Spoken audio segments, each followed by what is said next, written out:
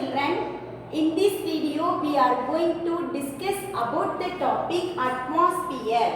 Students, atmosphere அப்படிங்கற topic பத்தி தான் இந்த வீடியோல நம்ம டிஸ்கஸ் பண்ண போறோம். Okay students, first let us define what is atmosphere. Atmosphere னா என்னன்னு சொல்லி நம்ம first define பண்ணலாம். Atmosphere, the layer of air that surround the earth surface, that surrounds the earth surface up to certain height,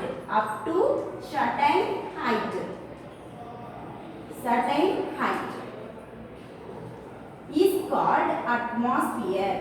called atmosphere. Okay students, atmosphere அப்படினா என்னன்னு பாருங்க. It is the layer of earth. Okay வா, it is the different layer of earth கிடையாது air. It is the different layer of air that surrounds the earth surface. earth ஓட surface சுத்திட்டு இருக்கக்கூடிய layer up to certain height வரைக்கும். அதுதான் நம்ம வந்து என்னன்னு சொல்றோம்னு பாத்தீங்கன்னா atmosphere அப்படி நம்ம சொல்றோம். And students, it extends to more than 800 km. The layer of earth வந்து எவ்வளவு தூரம் எக்ஸ்டெண்ட் ஆயிருக்கும் அப்படினு பாத்தீங்கன்னா more than 800 km. And students, this layer of earth is cold on that place due to the earth gravity. Okay, நம்ம atmosphere வந்து அங்கே இருக்குது அப்படினா அதுக்கு ரீசன் என்ன அப்படினு பாத்தீங்கன்னா எர்த்தோட கிராவிட்டி தான் அதுக்கு reason. And students, if we move higher altitude, அதாவது நம்ம ஹையர் ஆல்டிடியூடுக்கு போக என்ன ஆகுதுன்னு பாத்தீங்கன்னா the density and thickness and the air available in the atmosphere is decreases. அட்மாஸ்பியர்ல இருக்கக்கூடிய ஏரோட டென்சிட்டி என்ன ஆகுதுன்னு பாத்தீங்கன்னா டிக்ரீஸ் ஆகுது. ஏன் அப்படி பாத்தீங்கன்னா as we move to higher altitude, the gravity of the earth is decreases, so it cannot hold the high amount of air. Okay, அதால என்ன பண்ண முடியாதுன்னு பாத்தீங்கன்னா நிறைய amount of air ஹோல்ட் பண்ண முடியாது. ஏன்னா gravity என்ன ஆகுதுன்னு பாத்தீங்கன்னா டிக்ரீஸ் ஆகுது. And this atmosphere protect us from different rays that coming from the space. Okay, sun இதே மாதிரி ஸ்பேஸ்ல இருந்து வரக்கூடிய different raysல இருந்து நம்ம atmosphere வந்து என்ன பண்ணுதுன்னு பாத்தீங்கன்னா நம்மள protect பண்ணுது. And students, the atmosphere is classified into 5 different layer நம்ம வந்து என்ன பண்ணிருக்கோம்னு பாத்தீங்கன்னா கிளாசிஃபை பண்ணிருக்கோம். The atmosphere is classified into 5 different layer. Okay, எல்லாம் பாருங்க. Troposphere, stratosphere, mesosphere, ionosphere and exosphere அப்படி சொல்லி என்ன பண்ணிருக்கோம்னு பாத்தீங்கன்னா 5 different layers நம்ம அட்மாஸ்பியர் வந்து என்ன பண்ணிருக்கோம்னு பாத்தீங்கன்னா கிளாசிஃபை பண்ணிருக்கோம். And students, let us see this layer one by one. First நம்ம வந்து எதை பார்க்க போறோம் அப்படினு பாத்தீங்கன்னா troposphere, and it is the nearest layer to the earth. troposphere வந்து பாத்தீங்கன்னா இது வந்து எர்த்துக்கு நியரஸ்டா இருக்கக்கூடிய closest layer to the earth. எர்த்துக்கு நியரஸ்டா இருக்கக்கூடிய layer. So closest to earth, எர்த்துக்கு closest-ஆ இருக்கக்கூடியது. Okay students, and இதுல தான் நம்ம வந்து என்ன பண்றோம்னு பாத்தீங்கன்னா வசிக்கிறோம். In which we live. ஓகேவா, இதுல தான் நம்ம வந்து என்ன பண்றோம் வசிக்கிறோம். In which we live. நம்ம மட்டும் இல்ல, trees எல்லாமே இதுல தான் வசிக்குது. And it extends up to 16 km. It extends upward up to 16 km from the surface of the earth. Okay, எர்த்தோட சர்ஃபேஸ்ல இருந்து இது எவ்வளவு தூரம் எக்ஸ்டெண்ட் ஆயிருக்குன்னு பாத்தீங்கன்னா up to 16 km வரைக்கும் எக்ஸ்டெண்ட் ஆயிருக்கு. It extends upwards up to 16 km from the surface of the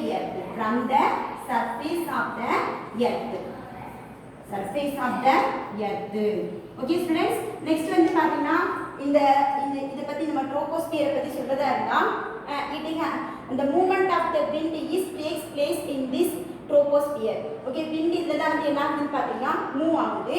And this layer have water vapor. இந்த layer என்ன இருக்குன்னு பாத்தீங்கன்னா water vapor இருக்கு. So it is the layer that responsible for the forming clouds. Okay வா, இந்த லேயர்ல தான் என்ன ஆகுதுன்னு பாத்தீங்கன்னா clouds form ஆகுது. Okay, this layer is responsible. It is responsible for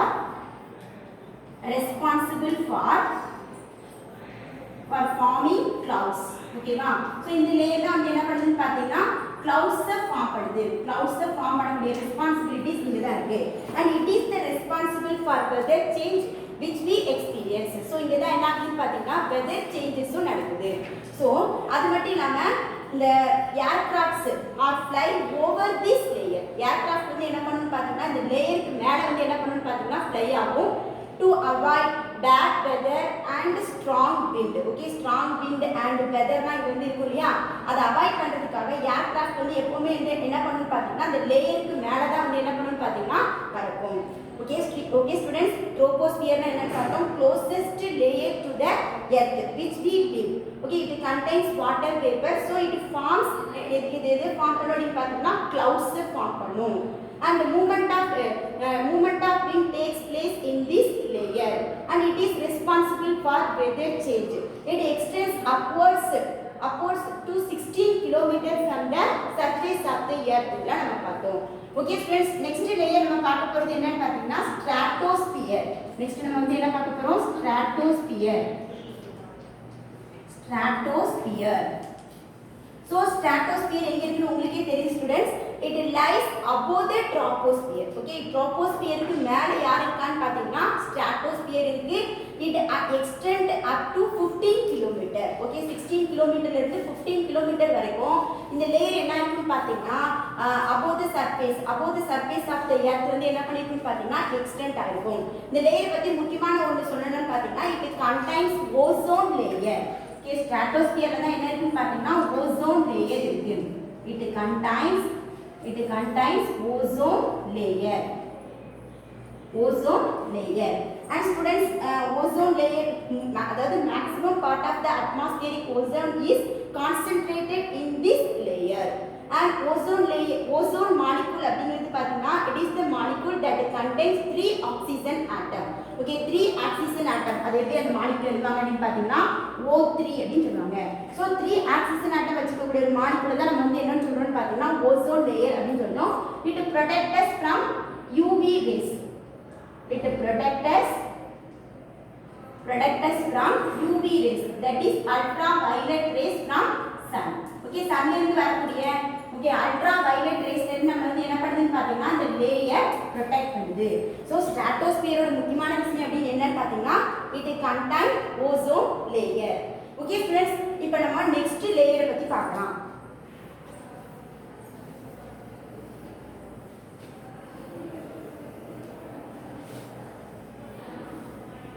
And next layer is mesosphere. Okay, so next layer வந்து என்னன்னு பார்த்தீங்கன்னா mesosphere. It is lie above the stratosphere. Okay, stratosphere-க்கு மேல இருக்குது mesosphere. It lies above the stratosphere. Stratosphere-க்கு மேல இருக்குது. It extends up to 85 km. 50 km ல இருந்து 85 km வரைக்கும் இது என்ன இருக்குன்னு பார்த்தீங்கன்னா எக்ஸ்டெண்ட் ஆயிருக்கும். இதோட முக்கியமான வேலை, இது முக்கியமா நமக்கு என்ன பண்ணுதுன்னு பார்த்தீங்கன்னா it burns asteroids, meteors. Okay, that is அது வந்து என்ன சொல்றாங்க பார்த்தீங்கன்னா ஸ்பேஸ் ராக்ஸ் அப்படின்னு சொல்லுவாங்கல்ல, அதெல்லாம் வந்து என்ன பண்ணுன்னு பார்த்தீங்கன்னா இந்த லேயர் அடைஞ்சோன்னா என்ன ஆகும்னு பார்த்தீங்கன்னா burn ஆக ஆரம்பிச்சிடும் before reach the earth surface. So earth surface reach பண்றதுக்கு முன்னக்கூட்டி ராக் அதாவது ஸ்பேஸ் ராக்ஸ்லாம் வந்து burn ஆகிறதுனால நமக்கு எந்த டேமேஜ் என்ன பண்றதுலன்னு பார்த்தீங்கன்னா ஏற்படுறது இல்லை. ஸோ இந்த மாதிரி இந்த லேயர் நம்ம வந்து என்ன பண்ணுதுன்னு பார்த்தீங்கன்னா ப்ரொடெக்ட் பண்ணுது. ஸோ இதை எழுதுனா it burns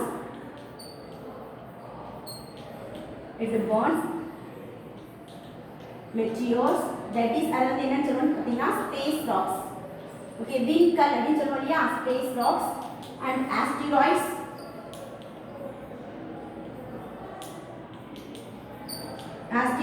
Before it reach the earth surface. So இது வந்து என்ன பண்ணனும்னு பாத்தீங்கன்னா ஸ்பேஸ் ராக்ஸ் and asteroids இதெல்லாம் வந்து என்ன பண்ணனும்னு பாத்தீங்கன்னா burn பண்ணும் before it reach the earth surface. அந்த earth surface reach பண்றதுக்கு முன்னாடி. ஓகே ஃப்ரெண்ட்ஸ், நெக்ஸ்ட் நம்ம பார்க்க போறது என்னன்னு பாத்தீங்கன்னா அயனோஸ்பியர். நெக்ஸ்ட் லேயர் நம்ம என்ன பார்க்கறோம்? Ionosphere. Ionosphere. And students, it is the very active part of the atmosphere. Okay, atmosphere layer லே வந்து பாத்தீங்கன்னா very active part எது அப்படினு பாத்தீங்கன்னா it is ionosphere. Because ஏன் இந்த active part அப்படினு சொல்றது பாத்தீங்கன்னா it is sometimes grows and sometimes shrinks depending upon the energy it obtained from the sun. ஓகேவா? இந்த லேயர் வந்து என்ன பண்ணுது பாத்தீங்கன்னா sometime grow ஆகும், sometime வந்து என்ன ஆகும் பாத்தீங்கன்னா shrink ஆகும். ஓகே, எப்படி எதை பொறுத்துன்னு பாத்தீங்கன்னா அது சன்ல இருந்து அப்டெயின் பண்ணக்கூடிய எனர்ஜியை பொறுத்து sometimes அது grow ஆகும், sometimes வந்து அது என்ன ஆகும் பாத்தீங்கன்னா shrink ஆகும். And this layer get this name, that is ionosphere. அப்படினு ஏன் இந்த லேயருக்கு நேம் வந்துச்சு அப்படினு பாத்தீங்கன்னா இந்த gases in this layer okay gets ionized due to the radiation from the sun and forms ions. okay, இந்த லேயர்ல இருக்கக்கூடிய gases என்ன பண்ணும்? the gases in this layer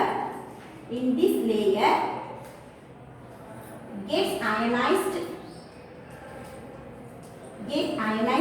from the radiation of get ionized by the radiation of by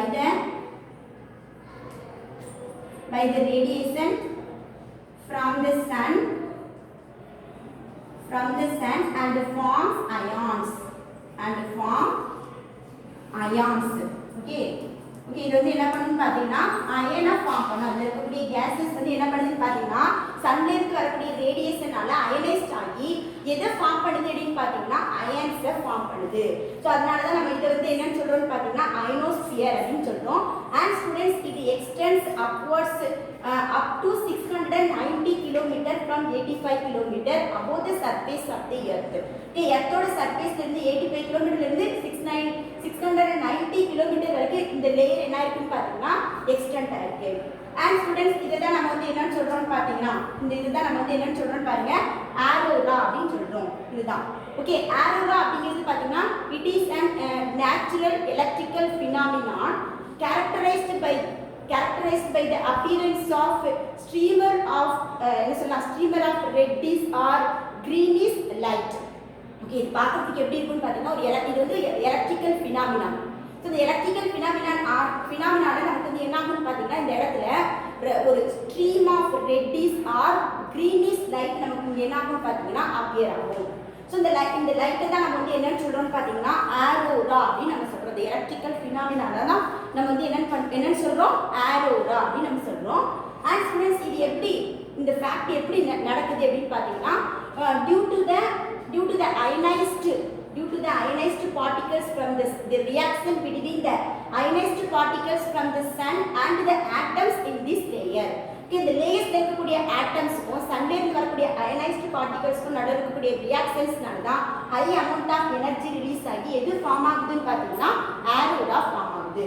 okay students, இப்போ next நம்ம last லேயருக்கு பார்க்க போறோம். That is அந்த லேயர் வந்து என்னன்னு பாத்தீங்கன்னா எக்ஸோஸ்பியர். அந்த லேயர் நம்ம வந்து என்னன்னு சொல்றோம், எக்ஸோஸ்பியர் அப்படின்னு சொல்றோம். It is the edge of the atmosphere. Okay, அட்மாஸ்பியரோட எட்ஜ் அப்படின்னு நம்ம சொல்லலாம். Edge of the atmosphere. edge of the atmosphere.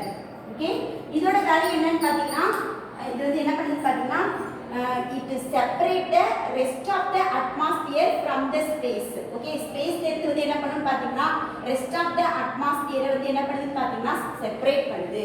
Okay, இது வந்து அட்மாஸ்பியர்லயே லாஸ்ட் எடுக்கு. அண்ட் இது வந்து பாத்தீங்கன்னா நம்மளோட ரேடியேஷன்ஸ் இதுல இருந்துலாம் வந்து நம்மள என்ன பண்ணுதுன்னு பாத்தீங்கன்னா ப்ரொடெக்ட் பண்ணுது. It contains gases like இதுல வந்து என்னென்ன gases இருக்குன்னு பாத்தீங்கன்னா hydrogen. It contains gases like hydrogen, helium, etc. So இது வந்து hydrogen, helium இந்த gases வந்து எப்படி இருக்குன்னு பாத்தீங்கன்னா அதிகமா இதுல இருக்கும், பட் ஸ்ப்ரெட் அவுட் ஆகி இருக்கும். ஓகே, இது வந்து எப்படி இருக்குன்னு பாத்தீங்கன்னா ஸ்ப்ரெட் அவுட் ஆகி இருக்கும். இதோட thickness வந்து கிட்டத்தட்ட 10,000 கிலோமீட்டர் வரைக்கும் இருக்கும் அப்படின்னு சொல்றாங்க. That is the layerல hydrogen and helium இருக்கும், பட் எப்படி இருக்குன்னு பாத்தீங்கன்னா ஓவரா ஸ்ப்ரெட் அவுட் ஆகி இருக்கும். ஓகே ஸ்டூடெண்ட்ஸ், இப்போ வந்து நீங்க இந்த 5 layers of atmosphere பத்தி அண்டர்ஸ்டாண்ட் பண்ணிட்டீங்கன்னு நினைக்கிறேன். Thank you for watching this video. Thank you students.